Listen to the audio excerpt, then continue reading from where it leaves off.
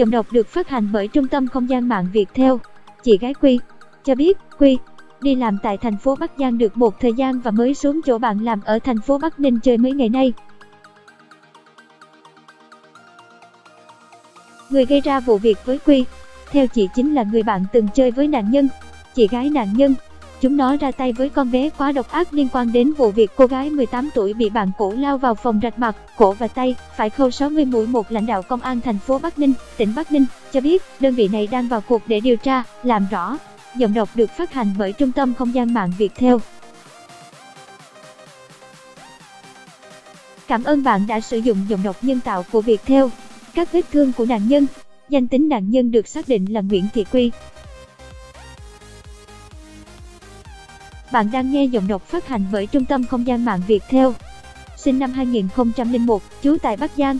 Hiện cô gái này đang điều trị tại tầng 7 khoa răng hàm mặt, Bệnh viện Đa khoa tỉnh Bắc Ninh.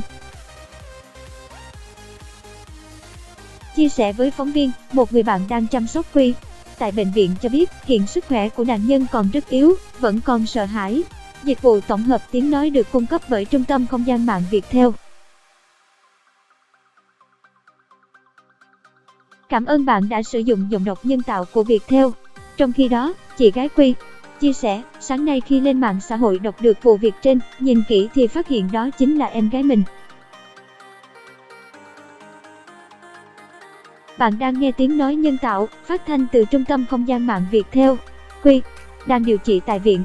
Theo lời người chị, Quy đi làm tại thành phố Bắc Giang được một thời gian và mới xuống chỗ bạn làm ở thành phố Bắc Ninh chơi mấy ngày nay. Tiếng nói từ Trung tâm Không gian mạng, Tập đoàn Công nghiệp Viễn thông Quân đội Viettel.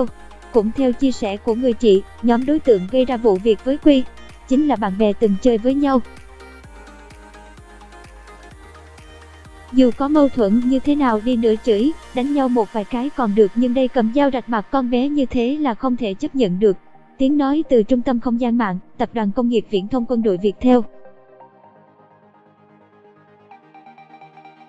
Giọng đọc được phát hành bởi Trung tâm Không gian mạng Viettel. Việc em mình bị rạch mặt, cổ là điều không thể chấp nhận, ảnh hưởng đến cả một đời người. Khi xuống đến viện, nhìn vết thương trên người em chằng chịt mà tôi và mọi người trong nhà vô cùng sốc, không hiểu vì sao chúng nó lại ra tay với con bé độc ác như vậy. Tiếng nói từ Trung tâm Không gian mạng, Tập đoàn Công nghiệp Viễn thông Quân đội Viettel. Bạn đang nghe tiếng nói nhân tạo của Trung tâm Không gian mạng Viettel. Vẻ xinh đẹp của cô gái trước khi xảy ra vụ việc, bởi việc điều trị các vết thương trên mặt sẽ tốn rất nhiều thời gian và kinh phí. Không chỉ thế, việc này còn khiến cho Quy bị ảnh hưởng nặng nề về tâm lý về sau. Con gái quan trọng nhất là cái mặt, mà có là ai đi nữa thì mặt là quan trọng nhất, nhưng giờ mặt em tôi bị rạch như thế thì coi như hết đời người rồi còn gì. Chị gái Quy. Bạn đang nghe giọng đọc phát hành bởi Trung tâm Không gian mạng Viettel. Nói, nạn nhân bị rạch 7 nhát dài từ 5 đến 10 cm trên mặt, cổ. Theo lời nữ nạn nhân, vụ việc xảy ra vào khoảng 0 giờ 30 phút ngày 21 tháng 4 tại tầng 4 chung cư Cao Nguyên Xanh, phường Võ Cường, thành phố Bắc Ninh, tỉnh Bắc Ninh. Dịch vụ tổng hợp tiếng nói được cung cấp bởi Trung tâm Không gian mạng Viettel. Cảm ơn bạn đã tin tưởng sử dụng dịch vụ của Trung tâm Không gian mạng Viettel. Thời điểm này Quy đang ngồi một mình tại phòng của bạn ở chung cư nói trên thì nghe tiếng gõ cửa nên ra mở.